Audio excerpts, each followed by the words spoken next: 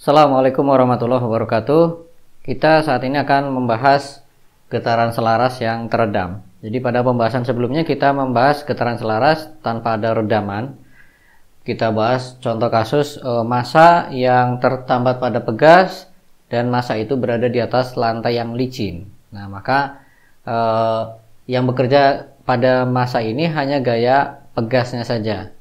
Dan itu ternyata kita dapatkan dia akan bergerak secara bolak-balik dan persamaan geraknya sudah kita bahas. Nah, sekarang kita asumsikan terjadi gaya gesek antara massa dengan si lantai ini. Ya, jadi ada yang menghambat pergerakan si massa itu. Dan kita asumsikan gayanya adalah minus BV, yaitu sebanding dengan kecepatan dari si massa tadi. Dengan B ini adalah suatu tetapan, tapi kali ini akan kita tuliskan dalam bentuk minus 2M gamma V. Berarti gamma ini adalah minus B per 2M, gitu ya, minus B per 2M. Maaf ya, positif ya. Nah, positif. Nah, kemudian sekarang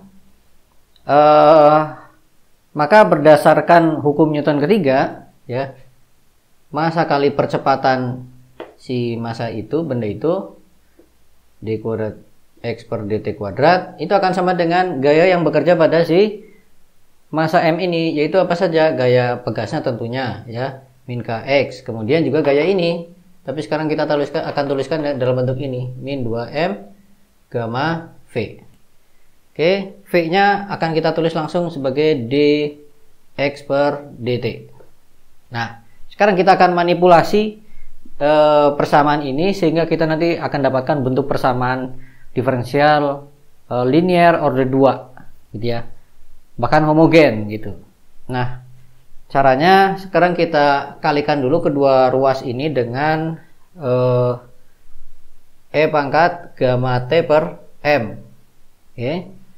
Jadi saya akan tuliskan begini, berarti E pangkat gamma T per M nya langsung saya masukkan ke setiap suku ini. Jadi saya punya begini, d kuadrat x per dt kuadrat sama dengan E gamma T kalikan minus K per M.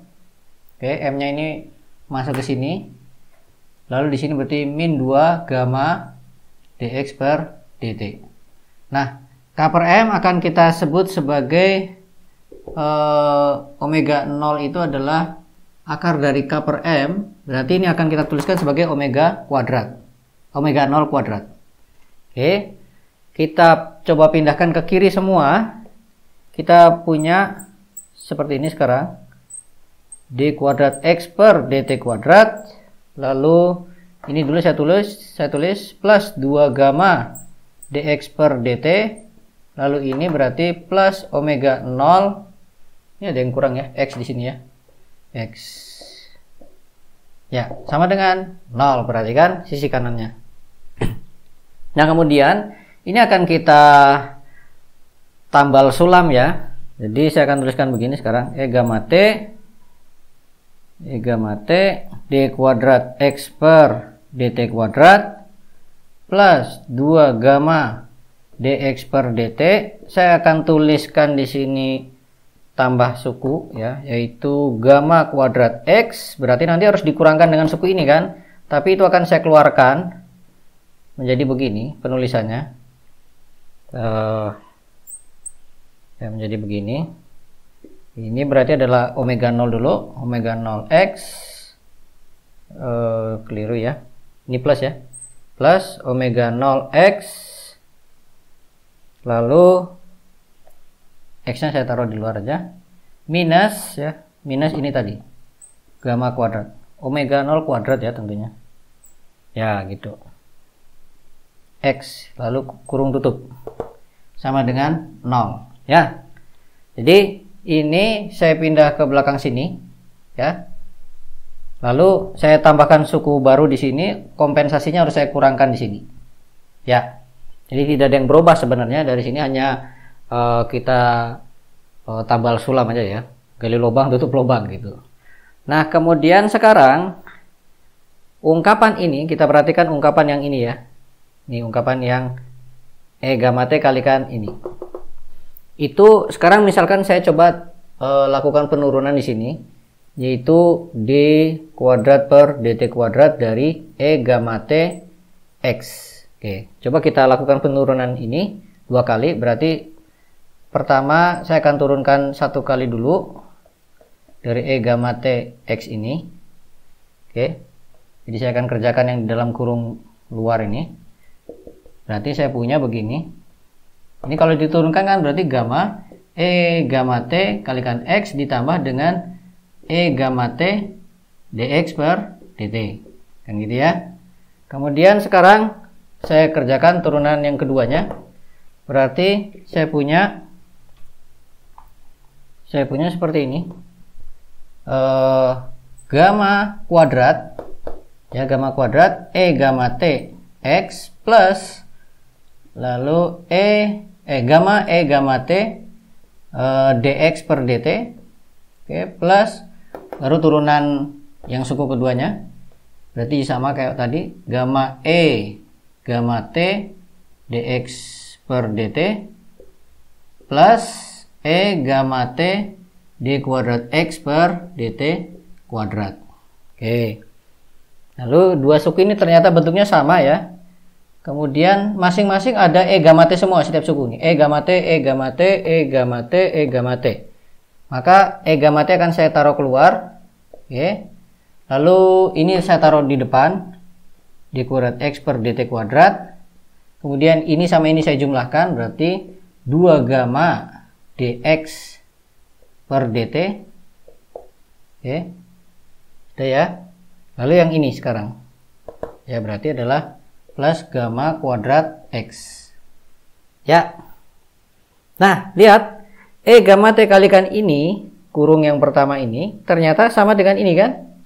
Berarti, ini kalikan kurung pertama ini dapat kita tuliskan seperti ini. Ya. Berarti dapat kita tuliskan seperti ini, sehingga saya boleh tuliskan sekarang. Saya pindah ke atas ya.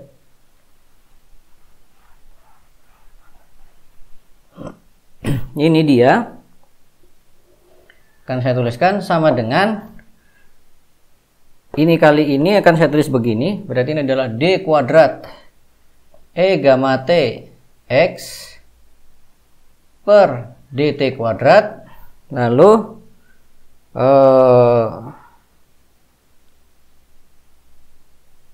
kita punya lagi apa? Kita punya lagi ditambah dengan ini ya. Ditambah dengan omega 0 kuadrat min gamma kuadrat, oke, kalikan gamma T X ya. Gamma T harus tetap kalikan sini, suku yang kedua ini. Maka ini saya tulis di sini ya. Akan sama dengan 0. Nah, sekarang kita ganti ubah baru ya. Kita definisikan XT ya. XT itu sama dengan gamma T X. Berarti sekarang saya punya ini akan sama dengan D kuadrat XT per DT kuadrat plus omega 0 kuadrat min gamma kuadrat kalikan XT sama dengan 0. Ya, kita dapatkan persamaan diferensial orde 2 linear homogen. Solusinya sudah sangat mudah sekali ya. Cuma sekarang permasalahannya tergantung pada konstanta di depan XT ini ya. Kalau dia negatif seperti apa, kalau dia 0 seperti apa, kalau dia positif seperti apa. Nah, sekarang ini saya hapus.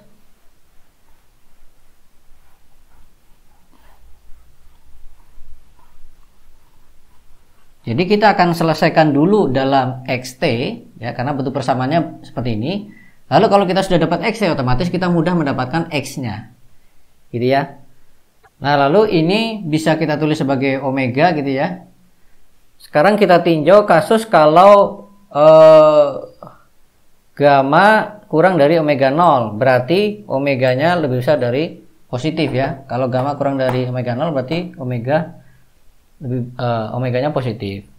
Kalau omega positif ya berarti seperti yang sudah kita bahas di pembahasan getaran selaras sebelumnya, kita akan dapatkan solusinya adalah XT sama dengan A kalikan sin omega T plus fase awalnya delta. Nah kemudian karena XT sama dengan E gamma T X, berarti X nya sama dengan E minus gamma T X T, ya XT. Berarti saya bisa tuliskan X itu sama dengan A E pangkat minus gamma T sin omega T plus delta.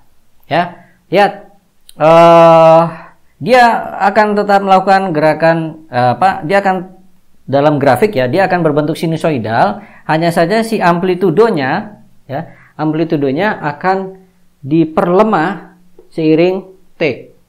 Ya, lihat, seiring T, dengan T membesar maka E pangkat minus ini kan akan semakin mengecil. Dia sebagai pengalinya dari A.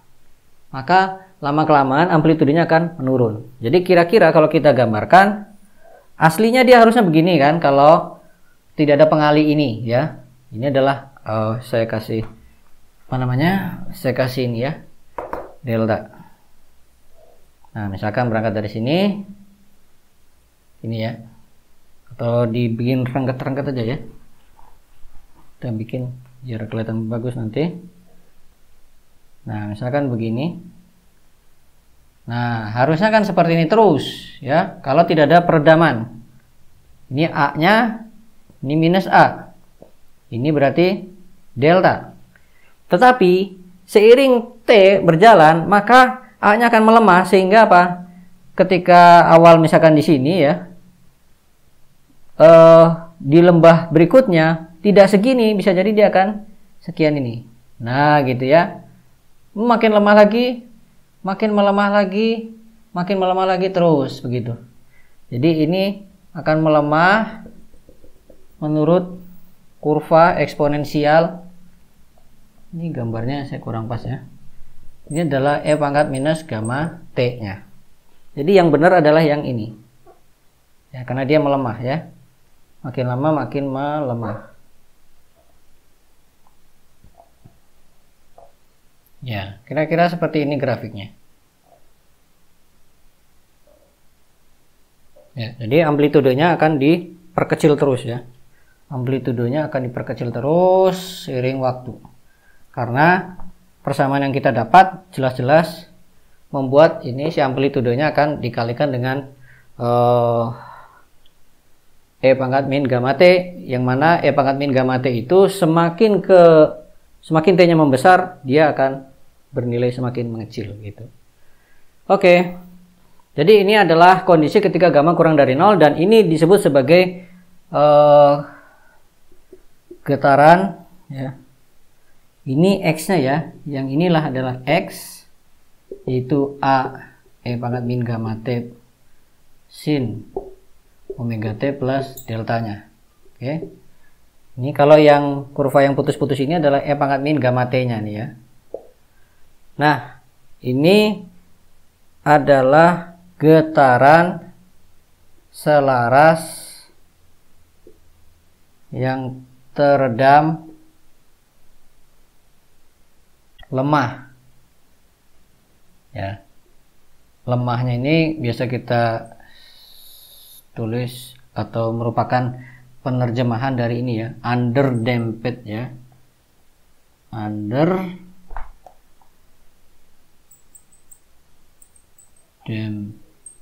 nah gitu ya.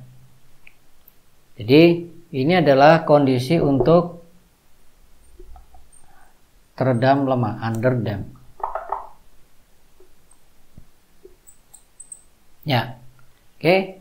Sudah satu kondisi kita bahas. Tentunya kita akan membahas juga bagaimana kalau, saya tulis dulu sini, bagaimana kalau gamanya lebih besar dari omega 0, dan juga bagaimana kalau gamanya sama dengan omega 0. Ya, apa yang akan terjadi? Gitu kan? Oke, sekarang ini saya hapus dulu.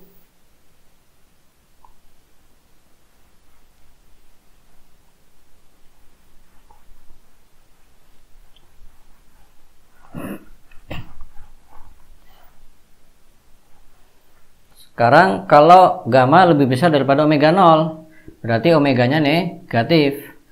Maka kita dapat tuliskan begini sekarang, d kuadrat xt per dt kuadrat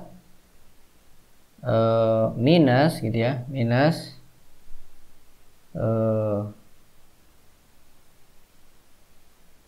gamma kuadrat minus omega 0 kuadrat.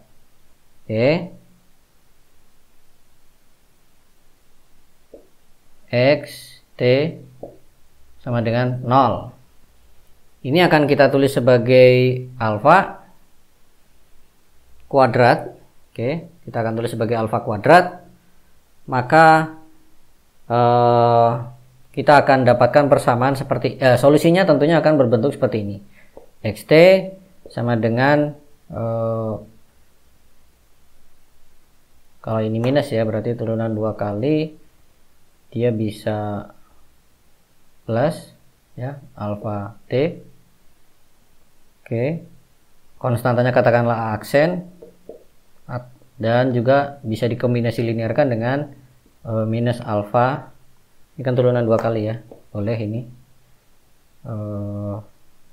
alfa t, konstantanya b aksen, katakan begitu. Oke ya, ini tetapan integrasinya.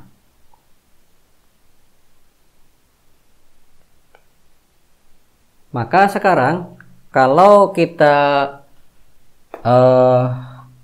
tuliskan xt itu sama dengan ini, berarti, atau kita nyatakan x ya, x berarti akan kita dapatkan x itu sama dengan e pangkat min gamma t kalikan xt gitu kan, berarti sama dengan a aksen e pangkat minus gamma plus alfa t dia minus gamma plus alfa t di sini, atau ini boleh kita minuskan di luar, ini jadi minus.